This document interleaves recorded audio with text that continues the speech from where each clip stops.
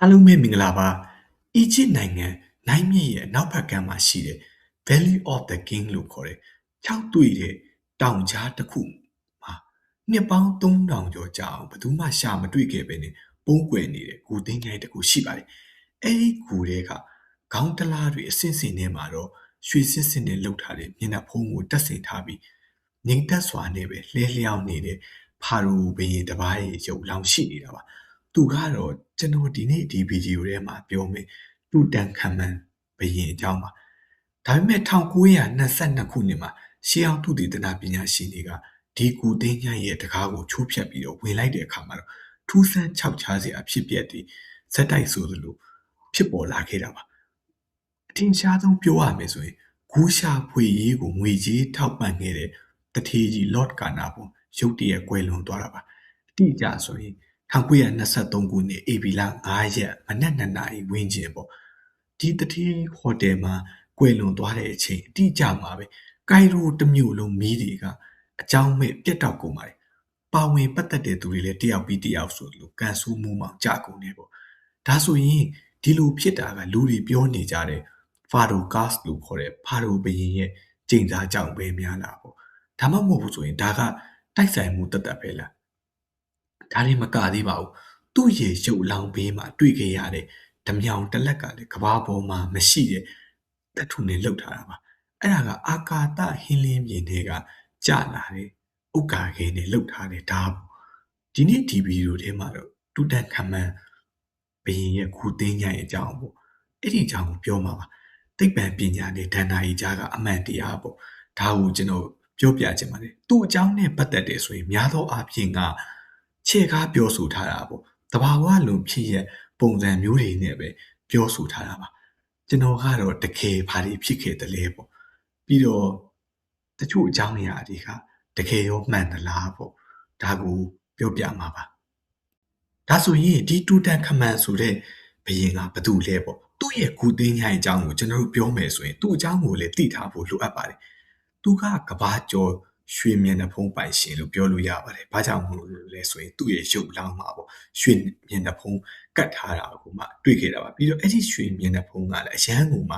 လက်ရာပြောင်မြတ်ပြီးထူးခြားပါတယ်။သူကအီဂျစ်ပြည်ရဲ့18ဆက်မြောက်မင်းဆက်မှာပါဝင်ပါတယ်။သမိုင်းပညာရှင်တွေကသူ့ကို The Wine King လို့ခေါ်ပါတယ်။မြန်မာလိုဆိုရင်တော့လူငယ်ဘုရင်ပေါ့။ဘာကြောင့်မို့လို့လဲဆိုရင်လွန်ခဲ့တဲ့နှစ်ပေါင်း3300ကျော် BC 1332လောက်မှာသူနတ်တက်ပါတယ်သူနတ်တက်စာကာလမှာသူ့ရဲ့အသက်က9နှစ်သားအရွယ်ကလေးတယောက်ပဲရှိသေးတာပေါ့သူ့ရဲ့အဖေကအီဂျစ်သမိုင်းမှာဘာသာရေးပြောင်းလဲမှုအကြောင်းမို့လို့နာမည်ကျော်ပါတယ်နာမည်ကျော်တယ်ဆိုတာအကောင်းသောနာမည်ကျော်ခြင်းနဲ့တော့မဟုတ်ဘူးပေါ့သူ့အဖေကိုလူတွေကမုန်းကြပါတယ်သူ့အဖေရဲ့နာမည်ကအာခီနာတန်ပေါ့ဘလူဘာသာရေးပြောင်းလဲမှုတွေလုပ်ခဲ့တာလဲဆိုရင်အာခီနာတန်မတိုင်ခင်မှာအီဂျစ်လူမျိုးတွေကနှစ်ပေါင်းထောင်ချီပြီးတော့အာမွန်အပါဝင်သူတို့နတ်ဖျားပေါင်းများစွာကိုသူတို့ကိုးကွယ်ခဲ့တာပါဒါပေမဲ့အခီနာတန်နတ်တက်လာတဲ့အခါမှာတော့ရိုးရာအစင်လာကိုးကွယ်ခဲ့တဲ့နတ်ဖျားတွေအကုန်လုံးကိုပိတ်ပင်လိုက်ပါတယ်မကိုးကွယ်ရဘူးပေါ့ပြီးတော့သူကိုယ်တိုင်ပဲဒါတီထွင်ထားတယ်လို့ပြောလို့ရတယ်ပေါ့နော်ဒါမှမဟုတ်ဘူးဆိုသူအလေးပေးပြီးတော့မှကိုးကွယ်စေခြင်းနဲ့နေမင်းနတ်ဖျားပေါ့အာတန်တပါးတည်းကိုပဲကိုးကွယ်ရမယ်ဆိုပြီးသူအမိန့်ထုတ်ခဲ့တာပါပြီးတော့ဘာဆက်လုပ်တယ်လဲဆိုရင်ဖះเจ้าတွေကိုပိတ်ပစ်တယ်ပေါ့နတ်ဆရာတွေကိုလည်းသူတို့လူရိုးလို့အစင်လာတွေကိုမလုပ်ခိုင်းတော့ပါဘူးဒါအပြင်မှာနတ်ဆရာတွေကလည်းနတ်ဆရာအလုပ်ဆက်လုပ်ဆရာမလိုတော့ဘူးပေါ့အဲ့လိုမျိုးဒီအလုပ်ကိုလည်းပိတ်ပင်ပစ်လိုက်တယ်ပြီးတော့အစင်လာကိုးကွယ်ခဲ့တဲ့နတ်ဖះတွေရဲ့ပုံတွေကိုပါဖျက်ဆီးပစ်လိုက်ပါတယ်ဒါကအီဂျစ်ပြည်သူတွေရောဘာသာရေးကောင်းဆောင်တွေကိုပါထောသားထွက်အောင်လို့အကြီးကျယ်ဆွပေးလိုက်တယ်လို့ဖြစ်တာပေါ့နော်သူ့ရဲ့နာမည်ကိုဒါကြောင့်မလို့နောက်ပိုင်းမှာဆိုတမိုင်းထဲမှာတော့မှသူ့နာမည်ကိုဖြတ်ထားပါတယ်လူတွေကသူ့ကိုမုန်းကြလို့ပေါ့သူ့အဖေနိုင်ရာဆန်ပြီးတဲ့နောက်မှာတော့တူတန်ခမန်ဘုရင်ဖြစ်လာတယ်ပေါ့သူ့လက်ထက်မှာတားမြစ်ထားတဲ့ရှီဟောင်းရိုးရာနတ်ဖျားတွေကိုကိုွယ်မှုတွေအကုန်လုံးကိုပြန်ပြီးတော့မှခွင့်ပြုပေးလိုက်တယ်ပေါ့ဖျားเจ้าတွေလည်းပြန်ပြီးတော့ဖွင့်ပေးတယ်အီဂျစ်ပြည်သူတွေရဲ့ယုံကြည်ကိုးကွယ်မှုကိုပြန်လဲအသက်သွင်းပေးခဲ့တဲ့သူဆိုပြီးပြောပါတယ်ဒါပေမဲ့ဒါကတကယ်ဟုတ်သလားဆိုတော့သူလုပ်ခဲ့တာမဟုတ်ပါဘူးဘာလို့သူဒီအဲ့ဒီကာလမှာအသက်က9နှစ်10နှစ်ကလေးတတာပဲရှိသေးရပေါ့သူ့ရဲ့ဘေးနာလေးကစီမံတဲ့အမတ်တွေပေါ့ဒါတွေကပဲသူ့ကိုဒီလိုလှုပ်ဆိုပြီးတော့မှဒါပြောတာပေါ့နော် ပြီးတော့ရုပ်ရှင်ထဲမှာကျွန်တော်တို့တွေ့ရတယ်လို့မျိုးဖာရိုဘုရင်တွေကစွမ်းအားကြီးတဲ့စစ်တီတော်တွေအဲ့လိုပုံစံမျိုးတွေမဟုတ်ပါဘူး DNA နည်းပညာနဲ့စစ်ဆေးကြည့်လိုက်တဲ့အခါကျတော့တူတန်ခမန်ကကျမ်းမာရေးတော်တော်ကိုချို့တဲ့တယ်သူပါသူ့ရဲ့အဖေနဲ့အမေကဒါမောင်နှမတွေပေါ့အဲ့ဒီကနေမွေးဖွားလာတာကြောင့်မလို့သူ့မှာမျိုးလိုက်ယောဂတွေလည်းရှိတယ်အထူးသဖြင့်ဆိုသူ့မှာငွေးရပါခြေထောက်ပုံစံမှန်မှန်နဲ့ club foot လို့ခေါ်တဲ့ဝေဒနာကိုခံစားနေရတာပေါ့ဒါကြောင့်မလို့လမ်းသွားတယ်ဆိုရင်ထောင်မွေးကိုပဲအမြဲသူသုံးခဲ့ရတာပါသူ့ရဲ့ကုသင်းချိုင်းထဲမှာဆိုရင်တောင်မွေးပေါင်း130ကျော်ရှာဖွေတွေ့ရှိခဲ့တာပေါ့ဒါကသူအသက်ရှိစဉ်ကာလမှာသုံးခဲ့တဲ့တောင်မွေးတွေလို့ပြောပါတယ်အဲ့လိုနဲ့ပဲအသက်19နှစ်အရွယ်ရောက်တဲ့အခါမှာတော့ဒီဘရင်ရုတ်တရက်နတ်ရွာဆန်ကန်ကုန်သွားတယ်ပေါ့သူကအီဂျစ်ပြည်ကို10နှစ်လောက်ပဲသူအုပ်ချုပ်ခဲ့ရတာပါသူ့အကြောင်းပြောတဲ့အခါမှာဒီဘရင်ကပေါ့ငယ်တယ်ဆိုပေမဲ့တမိုင်းမှာအစွမ်းထက်ဆုံးဘရင်ပေါ့ဘာသာရေးကိုကွယ်မှုတွေလည်းပြန်ပြီးခွင့်ပြုပေးခဲ့တယ်ဒီလိုမျိုးတွေပြောခဲ့တယ်ဆိုပေမဲ့တကယ်အထောက်ထားတွေရတော့စွမ်းထက်ဆုံးဘရင်လည်းမဟုတ်ပါဘူးဒီလိုပဲတာမန်ကလေးဘရင်တပါးပေါ့ဒါပေမဲ့ဒီကနေ့ခေတ်မှာကျွန်တော်တို့ကလူတွေကိုမေးကြည့်လိုက်မယ်ပေါ့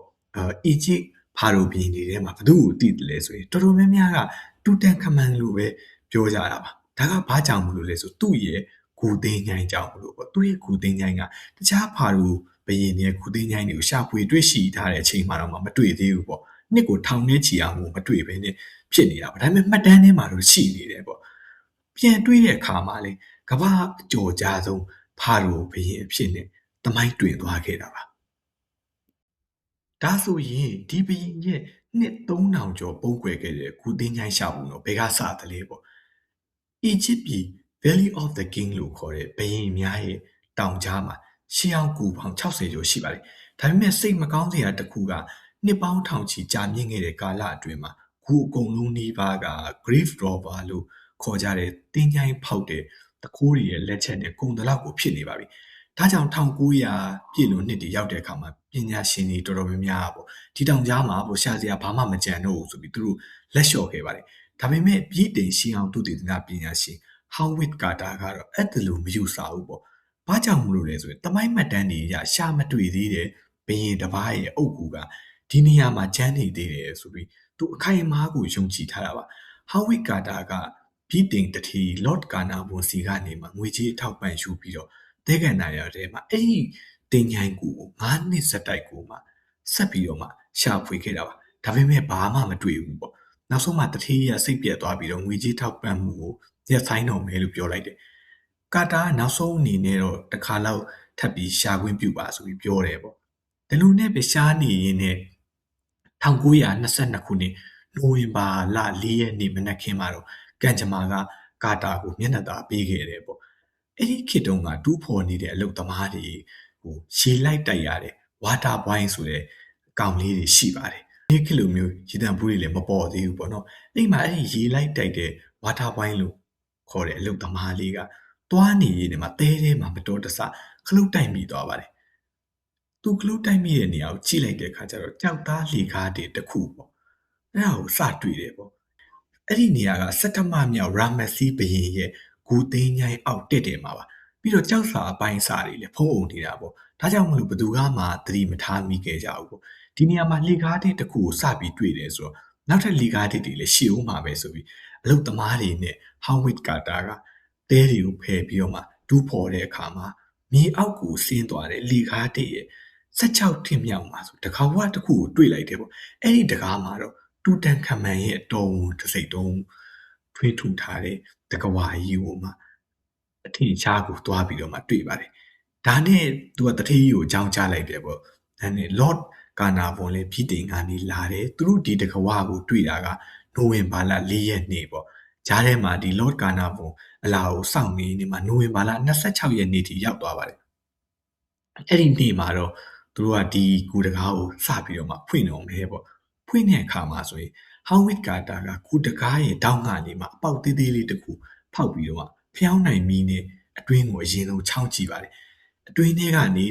နှစ်ပေါင်း3000ကျော်ပိတ်လောင်ထားတဲ့လေဘူးတွေကအပြင်ကိုတိုးထွက်လာလို့ပေါ့ဖျောင်းနိုင်မီတောင်မှမင်းငိမ့်တော့မလို့ဖြစ်သွားတယ်ပေါ့ပြီးတော့သူတယောက်တည်းပဲအရင်ဆုံးချောင်းကြည့်နေတယ်အဲ့ဒီ အချိန်မှာဘေးနားကနေမှစိတ်မရှိတော့ဘဲနဲ့ Lord Kana ပေါ့နော်ကာတာ can you see anything ပေါ့ကာတာပေါ့မင်းဘာမြင်ရတယ်လဲလို့မေးလိုက်တယ်ပေါ့ကာတာကရွှေရောင်တောက်ပနေတဲ့ရတနာပစ္စည်းတွေကိုသူမြင်နေရပါတယ်သူကအန်ဝမင်တက်စွာနဲ့ပဲ yes wonderful things ဆိုပြီးတော့ဟောစရာကောင်းတဲ့ပစ္စည်းတွေကြည့်ပဲဗျာဆိုပြီးသူပြန်ဖြေလိုက်တယ်ပေါ့ဒီဖြစ်ပျက်ကကမ္ဘာရှေးဟောင်းသူတည်တနာသမိုင်းမှာအကြီးကျယ်ဆုံးရှာဖွေတွေ့ရှိမှုတစ်ခုအဖြစ်နဲ့မှတ်တမ်းဝင်သွားခဲ့တာပါဟောင်ဝစ်ကာတာရှာတွေ့ခဲ့တဲ့ဒီကူသိန်းချိုင်းကတာမန်ရွှေငွေရတနာတွေကိုတွေ့တာထက်ပိုပြီးတော့မှနှံ့နေတဲ့ပု္ပ္ပစာတွေနဲ့ပြည့်နေနေပါလေကျွန်တော်တို့ဒီအကြောင်းကိုအပိုင်း၄ပိုင်းခွဲပြီးတော့မှကြည့်လို့ရပါတယ်ပထမဆုံးအချက်ကတော့ကျင်းမြောင်းတာပါပုံမှန်အဖြစ်ဆိုရင်ဖာရိုဘီရင်တစ်ပါးရဲ့ကူသိန်းချိုင်းဆိုတာအင်မတန်ခမ်းနားထဲဝါပြီးတော့မှကျင့်ဝန်းရပါတယ်ဒါပေမဲ့တူတန်ခမန်ရဲ့ကူကတော့အရွယ်စားသိမ့်မကြည့်ပါဘူးဒါကဘယင်အသက်19နှစ်မှာရုတ်တရက်နိုင်ပါဆန်သွားလို့သူ့အတွက်ဂူကြီးကြီးစောက်ဖို့အချိန်မရခဲ့တာကြောင့်ပါပညာရှင်တွေကတော့ဒါကမူလကအေးလို့ခေါ်တဲ့အမတ်ကြီးတယောက်အတွက်ပြင်ဆင်ထားတဲ့ဂူဖြစ်ပြီးအချိန်မမီတော့တာကြောင့်ဘရင်အတွက်အလင်းအမြန်ပြောင်းလဲအသုံးပြုလိုက်ရတယ်လို့သုံးသပ်ကြပါတယ်တူတန်ခမန်ရဲ့ရုပ်အလောင်းကိုဂူထဲမှာအစင်စင်ထည့်ထားတယ်ပေါ့နော်ကျွန်တော်တို့၄စင်လို့ပြောလို့ရပါတယ်ပထမဆုံးစပြီးတော့မှတွေ့တာကကြောက်ခေါင်းကြီးပေါ့ဒါကအပြင်ဘက်မှာရှိနေတာပါခေါင်းတလားတွေရဲ့အပြင်ဘက်မှာပေါ့နော်လေးတောင်ပုံစံကြောက်တုံးကြီးနဲ့လှုပ်ထားတဲ့အခေါင်းကြီးပါအဖုံးကို granite ကြောက်နဲ့လှုပ်ထားတာပါအဲ့ဒီထဲမှာဘာရှိတယ်လဲဆိုပထမဆုံးခေါင်းတလားပေါ့ဒီကြောက်ခေါင်းကြီးထဲမှာလူပုံစံတူလှုပ်ထားတဲ့ပထမဆုံးတစ်သားခေါင်းတလားရှိပါတယ်တစ်သားကိုရွှေပြားကတ်ထားတာပါအဲ့ဒီထဲမှာတော့ဒုတိယခေါင်းတလားတစ်ခုထပ်ရှိတယ်ပေါ့ဒါကူတော့ရောင်စုံကြောက်မြက်တင်နဲ့အလှဆင်ထားတာပါဒုတိယခေါင်းတလားထဲမှာမှတတိယခေါင်းတလားရှိနေတာပါဒီခေါင်းတလားကတစ်သားမပါဘူးပေါ့အကုန်လုံးကိုရွှေစစ်စစ်နဲ့လှုပ်ထားတာပါအလေးချိန်အားဖြင့်ဆိုရင်130ကီလိုဂရမ်243ပေါင်တော့လေးပါတယ်လက်ရှိပေါက်ဈေးနဲ့တွက်တယ်ဆိုရင်ဒေါ်လာတန်းချီတန်ပါတယ်အဲ့ဒီတတိယမြောက်ခေါင်းတလားထဲမှာကျွန်တော်တို့သိတဲ့ရွှေမြန်နဲ့ဖုံးတက်ထားတဲ့တူတန်ခမန်ဘရင်ရဲ့မမ်မီရုပ်အလောင်းကရှိနေတာပါသူ့ရဲ့မမ်မီရုပ်အလောင်းကိုပထမဆုံးတွေ့လိုက်ရတဲ့အခြေအနေကလူတွေထင်ထားသလိုပေါ့အိပ်ပျော်နေတဲ့ရုပ်အလောင်းမှာရွှေမြန်နဲ့ဖုံးတက်ထားတယ်အဲ့ဒီလိုမျိုးပုံစံမျိုးမဟုတ်ပါဘူးတကယ်တမ်းတွေ့ရတဲ့ပုံစံကတော်တော်လေးကိုကြောက်စရာကောင်းပြီးတော့မှပျက်စီးနေတဲ့အနေအထားပါဒါကိုတဆင်ရင်းစီပြောပြရမယ်ဆိုရင်ပထမဆုံးဒီခေါင်းတလားကိုဖွင့်လိုက်တဲ့အခါမှာရှာဖွေတဲ့လူတွေဘာကိုတွေ့တယ်လဲဆိုရွှေစစ်စစ်နဲ့လှုပ်ထားတဲ့မျက်နှာဖုံးပေါ့နော်အဲ့ဒီမျက်နှာဖုံးကဘယ်ပေါ်မှာရှိနေရလဲဆိုပိတ်စအဖြူတွေနဲ့ပတ်ထားတဲ့ရုပ်အလောင်းရဲ့ခေါင်းပိုင်းမှာပေါ့အဲ့ဒီမျက်နှာဖုံးကိုတွေ့ရတယ်ပြီးတော့ရင်ဘတ်ပေါ်မှာပန်းကြောက်တွေကိုတင်ထားတယ်ပေါ့နောက်ထပ်ထူးခြားတာတစ်ခုကဘာလဲဆိုရုပ်အလောင်းတစ်ခုလုံးကကတ္တရာဈေးလိုမျိုးမဲနှက်ပြီးတော့မှမာကြောနေတဲ့အရာတွေနဲ့ဖုံးလွှမ်းနေတာပါဒါကရှေးတုန်းကအီဂျစ်တွေကမမ်မီလုပ်တယ်ဆိုရင်လိန်စီစီတို့အမွေးနန့်တာစီတို့ကိုဒါထည့်ပါတယ်ဒါပေမဲ့တူတန်ခါမန်ဘရင်ရဲ့ရုပ်လောင်းကိုမမ်မီလုပ်တဲ့အခါမှာတော့အလွန်အကျွံလောင်းထည့်မိတာကြောင့်မလို့နောက်ထပ်နှစ်ပေါင်း3000ကြာသွားတဲ့အခါမှာအဲ့ဒီစီတွေကဓာတ်ပြူပြီးတော့မှတောက်ခဲလိုမျိုးမာကြောသွားတယ်ပေါ့ပြီးတော့အယောင်ကလည်းမဲနံနေတာပါနောက်တစ်ချက်ကကြတော့သူ့ရဲ့ရုပ်လောင်းကမီးလောင်ထားတယ်လို့ဖြစ်နေတာပေါ့အသားအရည်နဲ့အယိုးတွေကတဲ့မဲတူပြီးတော့မှကျွတ်ဆက်ဆက်ဖြစ်နေပါတယ်သိပ္ပံပညာရှင်တွေကဒါကို spontaneous combustion ပေါ့အလိုလျောက်မီးလောင်ကျွမ်းတဲ့ပုံစံမျိုးဖြစ်သွားတယ်ဆိုပြီးယူဆကြပါတယ်အဆိုးဆုံးကတော့အဲ့ဒီမဲနံနေတဲ့စီတွေကကော်ရည်လိုမျိုးဖြစ်သွားပြီးတော့သူ့ရဲ့ရုပ်အလောင်းနဲ့ရွှေခေါင်းတလားနဲ့ကတသားတည်းကတ်နေတဲ့ပုံစံမျိုးထိတ်ဆက်ထားတဲ့ပုံစံမျိုးဖြစ်တာပေါ့နော်ဒါကြောင့်မလို့ဟောင်းဝစ်ကာတာတို့အဖွဲ့ကဒီအယုတ်လောင်းကိုခွာယူဖို့အတွက်နေပူရဲကိုထုတ်လန့်ကြည့်တယ်ပေါ့ဒါပေမဲ့မရဘူးအဲ့ဒါကြောင့်မလို့နောက်ဆုံးမှသူတို့ဒီရွှေမြင်တဲ့ဖုံးနဲ့ရတနာတွေကိုလေ့လာဖို့အတွက်သူတို့ထုတ်ယူရမယ်ပေါ့ဒါကြောင့်မလို့ဒီရုပ်လောင်းကိုအပိုင်းပိုင်းဒါဖဲ့ပြီးမှသူတို့ခွာယူခဲ့ရပါတယ်အတူချုပ်ပြောရမယ်ဆိုရင်တော့စတွေ့တုန်းကတော့သူကရွှေမြင်တဲ့ဖုံးအောင်မှာရှိနေတယ်ဆိုရင်ရုပ်အလောင်းအစ်စ်ကတော့ကတ္တရာစီလူမျိုးမဲနံနေခိုင်းနေပေးကြံနေပြီးတော့မှမီးသွေးတုံးလူမျိုးမဲတူနေတဲ့ခေါင်းတလားနဲ့ကတ်နေတဲ့ပုံစံမျိုးပါဒုတိယအချက်ကတော့ဂူနယံစေးသားတွေပေါ်မှာတွေ့ရတဲ့ microbe လို့ခေါ်တဲ့မှုပိုးအဆက်ပြောက်တွေပေါ့ဂူနယံကပချီကားတွေကိုအနီးကပ်ကြည့်လိုက်တဲ့အခါမှာအညိုရောင်အဆက်ပြောက်တွေကို ကာတာတို့ကတွေ့ခဲ့ရပါတယ်ဒါကစေးတုပ်ပြီးလို့စေးမချောက်ခင်မှာပဲကူတကားကိုအလောတကြီးပိတ်ခဲ့တယ်ဆိုတာကိုပြနေရပါအလုံးပိတ်ထားတဲ့ကူထဲမှာစူထိုင်းစာများပြီးတော့နှစ်ထောင်ပေါင်းများစွာကြာတဲ့အခါမှာဒီမှုပိုးတွေကပေါက်ဖွာလာခဲ့တာပေါ့ဒါကလည်းအလောတကြီးမြုပ်နှံခဲ့ရတယ်ဆိုတဲ့အချက်ကိုထပ်ပြီးတော့မှတက်တည်ပြန်နေရပါတတိယအချက်ကတော့ the missing hat ပေါ့တူတန်ခမန်ရဲ့ရုပ်အလောင်းမှာနှလုံးမပါပါဘူးရှေးဟောင်းအီဂျစ်လူမျိုးတွေကမမ်မီပြုတ်လုပ်တဲ့အခါမှာအုံနောက်ကိုနှာခေါင်းကနေတဆင်ကုံအောင်ဆွဲထုတ်ပလိုက်တယ်ပေါ့နှလုံးကိုတော့ခန္ဓာကိုယ်ထဲမှာပဲအကောင်းအတိုင်သူတို့ခြံထားလိရှိပါတယ်သူတို့ယူဆရတမလုံကိုရောက်တဲ့အခါမှာကောင်းတာမကောင်းတာလုပ်ခဲ့သလားဆိုစစ်ဆေးဖို့အတွက်နှလုံးကမရှိမဖြစ်ကိုလိုအပ်ပါတယ်ဒါပေမဲ့ထူးထူးဆန်းဆန်းပဲပေါ့ဒီတူတန်ခမန်ဘရင်ရုပ်အလောင်းမှာတော့နှလုံးမရှိဘူးပေါ့သိပ္ပံပညာရှင်တွေရောရှေးဟောင်းသုတေသနပညာရှင်တွေသမိုင်းပညာရှင်တွေပေါ့သူတို့ခံမှန်းတာကသူနိုင်ပါဆန်သွားတာကစစ်ပွဲအတွင်းမှာပေါ့ဒါမှမဟုတ်ဘူးရက်ထလုံးမှောက်ပြီးတော့မှနိုင်ပါဆန်တယ်အဲ့ဒီခါမှာရင်ဘတ်ကိုပြင်းပြင်းထန်ထန်ထိခိုက်မိတာကြောင့်နှလုံးကြေမွသွားတယ်ဒါလည်းဖြစ်နိုင်တယ်ပေါ့နောက်တစ်ခုကကြတော့ဘရင်ယုံလောင်းကိုတကြိုမဲ့နေရာကိုယူလာတဲ့အခါမှာလန်ခီကြန့်ကြာတာကြောင့်နှလုံးပုတ်တိုးသွားလို့ဖယ်ရှားလိုက်ရတယ်ဆိုပြီးလေခံမှန်းထားပါတယ်နောက်ဆုံးအချက်ကတော့ skull fragment ပေါ့ဦးခေါင်းကွန်နေမှာအယိုးစားကအကွဲနေတဲ့ပြဿနာပါ1968ခုနှစ်တုန်းကဒီတူတန်ခမန်ဘရင်ရဲ့မမ်မီကို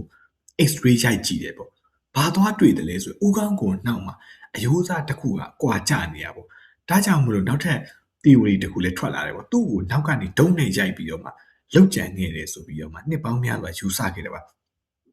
ဒီယူဆကဘယ်အချိန်မှာပျောက်ကွယ်သွားလဲဆို2005ခုနှစ်မှာပေါ့သူ CT scan ပြန်ရိုက်ကြည့်ပါတယ်ရိုက်လိုက်တဲ့အခါကျမှဘာကိုတွေ့တာလဲဆိုအဲ့ဒီအယိုးစားကဘယင်နဲ့ပါဆန်ပြီးတဲ့နောက်ကျမှကျိုးသွားတာဖြစ်နိုင်တယ်ပေါ့မမ်မီလုတ်တုံးက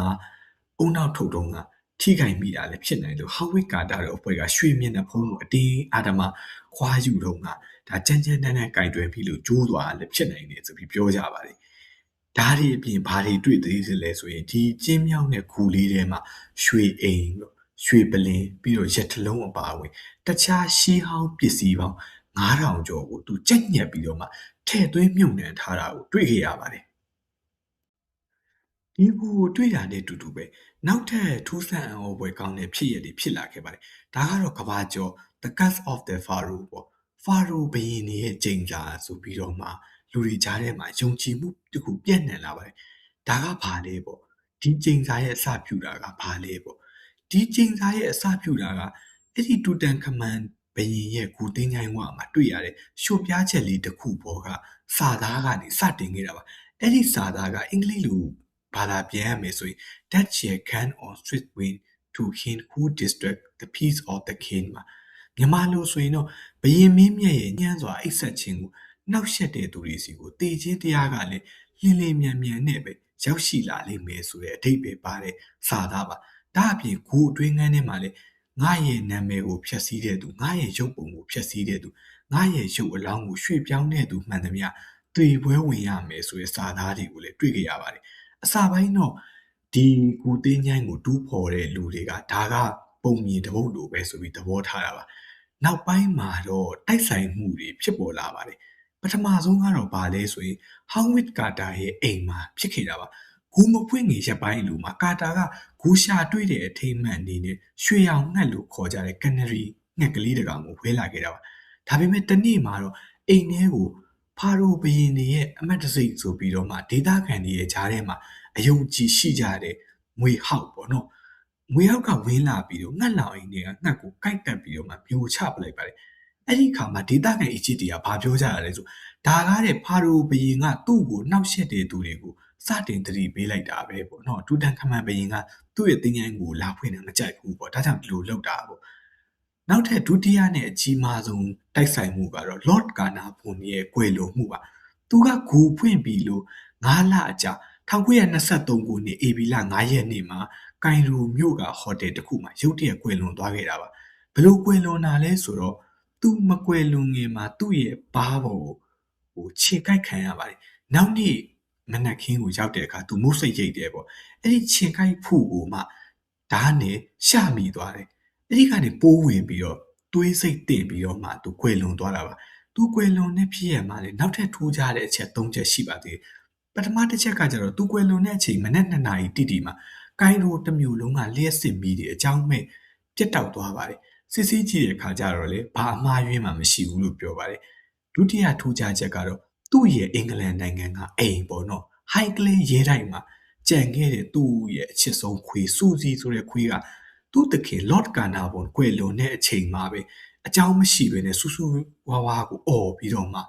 ဟောင်းနေပေါ့ဟောင်းပြီးတော့မှလဲကျတည်ဆုံးသွားတယ်ဆိုပြီးတော့သူတို့အိမ်သားတွေစီကသိရတယ်ပေါ့တတိယအချက်ကတော့တူတန်ခမန်ရဲ့မမ်မီရုပ်လောင်းကိုစစ်ဆေးတဲ့အခါမှာ Lord Carnarvon ခြေကိုက်ခံရတဲ့ပါးဘဲဘက်ချက်နေရာအတိအကျမှာပဲအမာရွတ်တစ်ခုပါလာတာကိုတွေ့ခဲ့ရပါတယ်ဒါတွေမကသေးဘူးပေါ့ဂူဖွင့်တဲ့အချိန်မှာပါဝင်ခဲ့တဲ့သူတွေလေတယောက်ပြီးတယောက်ကို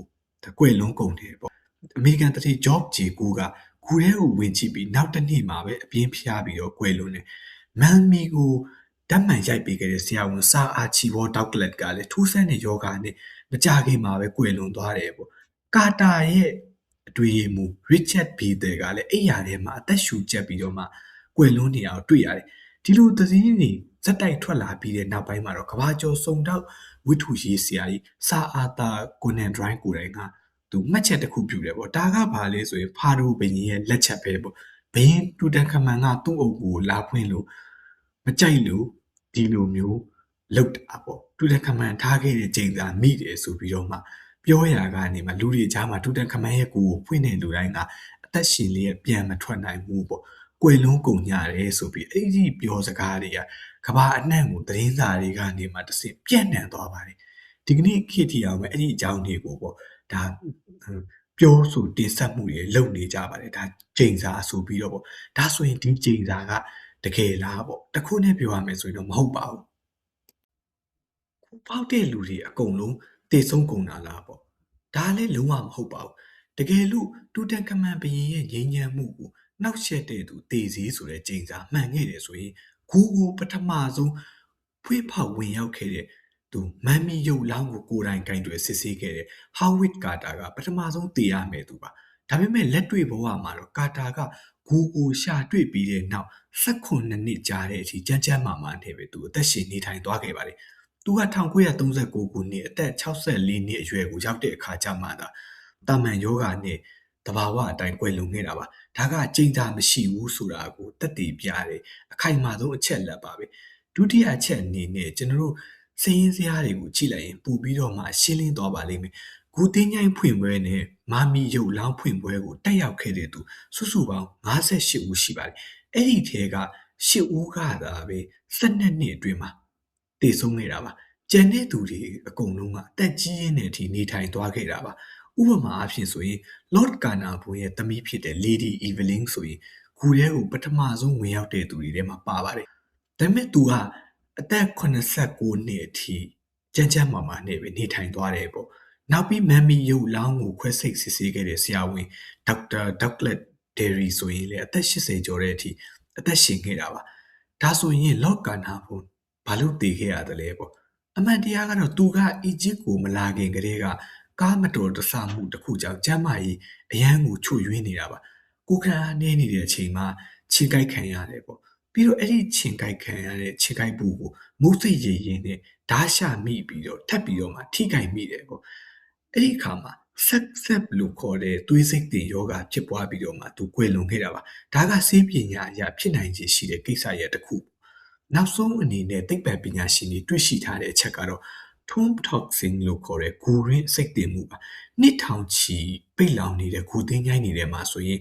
aspergillus လို့ခေါ်တဲ့မှုပိုးမွားတွေနဲ့ရှီဟောင်းဘက်တီးရီးယားတွေပေါက်ဖွားနေပါတယ်ဂူကိုဖွင့်လိုက်တဲ့အခါကျရှာဖွေသမားတွေကဒီလေကိုရှူရှိုက်မိတယ်ပေါ့အဲ့ဒီကနေအဆုတ်ရောင်ယောဂါလို့အသက်ရှူလမ်းကြောင်းဆိုင်ရာယောဂါတွေရတတ်ပါတယ်ဒါကဇီဝဗေဒဆိုင်ရာဖြစ်စဉ်ပဲဖြစ်ပြီးတော့မော်ပညာနဲ့လုံးဝကိုမဆိုင်ဘူးပေါ့ဒါကြောင့်မလို့ဖာရိုဘင်ရဲ့ကျိန်စာဆိုတာသတင်းစာရောင်းအားကောင်းမီဒီယာတွေကပုံကြီးချက်ဖန်တီးလိုက်တဲ့မီဒီယာ sensation တစ်ခုပဲဖြစ်တယ်ဆိုပြီးတော့မှအီဂျစ်သမိုင်းကြောင်းကိုလေ့လာနေတဲ့ပညာရှင်တွေကအတည်ပြုထားကြပါတယ်ကျိန်စာကမမှန်ဘူးဆိုပေမဲ့တူတန်ခမန်ရဲ့ဂူထဲမှာသိပ္ပံပညာရှင်တွေခေါင်းခဲရတဲ့တကယ်လျှို့ဝှက်ချက်တစ်ခုရှိနေပါတယ် အဲ့ဒါကတော့မမ်မီရုပ်လောင်းရဲ့ညာဘက်ပေါင်ဘေးမှာတိတိချာချာကိုမှစီးနှောင်ထားတဲ့ဓမြောင်တက်လက်ပါအဲ့ဒီဓမြောင်ကအရှိ73လက်မှရှိတယ်ပေါ့ပြီးတော့လက်ကင်ရိုးကိုရွှေစစ်စစ်နဲ့လှုပ်ထားတာပါထိပ်ဖူးကိုတော့ rock crystal လို့ခေါ်တဲ့ကြောက်တလင်းနဲ့စီချေထားတာပေါ့ဒါပေမဲ့တကယ်ထူခြားမှုကဓားသွားမှရှိနေတာပါတမိုင်းကိုပြန်ကြည့်မယ်ဆိုရင်တူတန်ခမန်အုပ်ဆိုးခဲ့တဲ့လူငယ်3300ကျော်ကာလက Bronze Age လို့ခေါ်တဲ့ကြေးခေတ်ပါအဲ့ဒီခေတ်ကလူသားတွေကကြီးဝါနဲ့ရွှေကိုပဲအရေးကြိုပြီးတော့မှသုံးဆွဲတတ်ကြသေးတာပါတန်ရိုင်းကိုအရေးကြိုတဲ့နည်းပညာမပေါ်ပေါက်သေးဘူးပေါ့တန်ဆိုတာကအဲ့ဒီခေတ်မှာရွှေထက်တောင်မှပိုရှားပါပြီးတော့မှတန်ဖိုးကြီးတဲ့ကာလပေါ့ဒါပေမဲ့ဒီတမြောင်ရဲ့ဓားသွားကတန်သားစစ်စစ်ဖြစ်နေ ਉ မကဘူးနောက်ပြီးလွန်ခဲ့တဲ့နှစ်3000ကျော်ကြာတဲ့အထိအောင်မှတန်ကြီးမတက်ဘဲနဲ့တောက်ပါနေတာပါဒါကြောင့်မလို့ပညာရှင်တွေအတော်ကိုမှအံ့ဩရတယ်ပေါ့ဒီပု္ပ္ပစာကိုဖြည့်ရှင်းဖို့ရအတွက်2016ခုနှစ်မှာအီဂျစ်နဲ့အီတလီကပညာရှင်တွေပေါင်းပြီးတော့မှဓာတ်ကို X-ray နဲ့စမ်းသပ်ခဲ့တယ်ပေါ့အဲ့မှာသူတို့ဘာတွေ့တယ်လဲဆိုရင်ပုံမှန်ကဘာမြေပေါ်ကတန်ရိုင်းတွေမှာနီကယ်ပါဝင်မှုက400ခိုင်နှုန်းပဲရှိတယ်ပေါ့ဒါပေမဲ့သူတို့တွေ့ခဲ့တာကတူတန်ခမန်ရဲ့ဓာတ်မှာနီကယ်ပါဝင်မှုက1700ခိုင်နှုန်းထိရှိနေပါတယ်ပြီးတော့ဒီလောက်များပြတဲ့နီကယ်ပမာဏကကဘာတာရဲကနေကဘာမြေပေါ်ကိုကျလာတဲ့ဥက္ကာခဲတွေမှာပဲတွေ့ရတာပါဒါအပြင်ဥက္ကာခဲတွေမှာပါတဲ့ကိုဘော့ဆိုတဲ့ဓာတ်ကိုလည်းအဲ့ဒီဓာတ်ကိုလှုပ်တဲ့တန်တူတန်ခမန်ရဲ့ဓာတ်ထဲမှာတွေ့ရတယ်ပေါ့ဒါကြောင့်မလို့ဒီတမြောင်ကကဘာမြေပေါ်ကတန်နဲ့လှုပ်ထားတာမဟုတ်ဘဲနဲ့ကောင်းကင်ကကျလာတဲ့ဥက္ကာခဲကိုအရေးကြိုပြီးတော့မှလှုပ်ထားတာဖြစ်တယ်ဆိုပြီးသိပ္ပံကြီးအတည်ပြုတယ်ပေါ့နော်ဒါဆိုရင်တန်ကိုရေကြိုရတဲ့ဤပညာရှိနေပြီလားပေါ့အဲ့ဒီခေတ်ကဂျေးခေတ်ဆိုပေမဲ့ရှေးဟောင်းအီဂျစ်စာပေတွေမှာတန်ကိုဘာအန်ပတ်လို့ခေါ်ပါတယ်အတိတ်ဘယ်ကကောင်းငင်ကလာတဲ့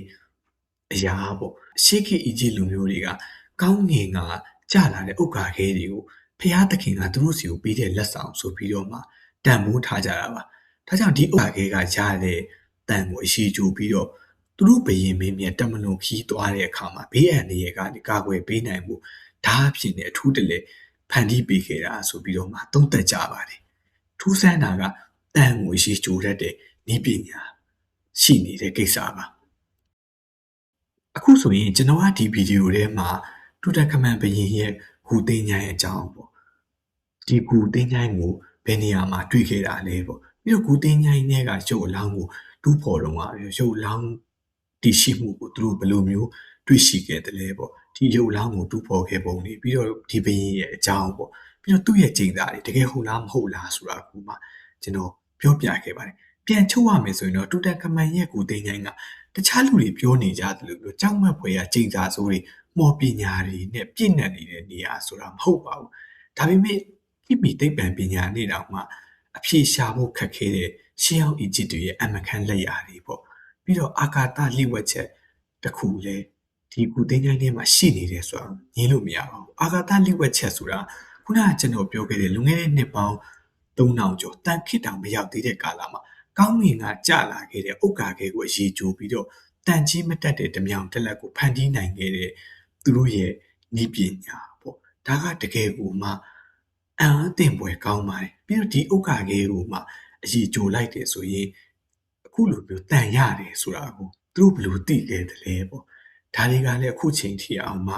ကြတိပြတ်အဖြေမပေးနိုင်သေးတဲ့လိလာလို့ရသေးတဲ့ကိစ္စတွေပါတူတန်ခမန်ဘယင်ကသူ့အသက်ရှင်စဉ်မှာတော့ယောဂဘရားတွေလည်းထူပြောတယ်ကိုခန္ဓာလည်းချို့ယွင်းနေပေါ့ကလေးဘဝမှာနတ်တက်ခဲ့ပြီးတော့အသက်20မပြည့်ခင်မှာပဲသူနိုင်ရွာဆန်ခဲ့ရပါတယ်ဖာရူဘီရင်နေထဲမှာတော့ထူးခြားလာတဲ့ဘယင်တော့မဟုတ်ပါဘူးဒါပေမဲ့ဒီနေ့ခင်မှာတော့သူ့ရဲ့ဂူသိန်းချိုင်းကိုတူးဖော်တွေ့ရှိမှုနဲ့အတူပဲသူကကမ္ဘာသမိုင်းမှာနာမည်ကျော်တဲ့ဖာရူဘီရင်တစ်ပါးဖြစ်လာခဲ့ပါတယ်နားထောင်ပြီးတဲ့အတွက်အားလုံးကိုကျေးဇူးတင်ရှိပါတယ်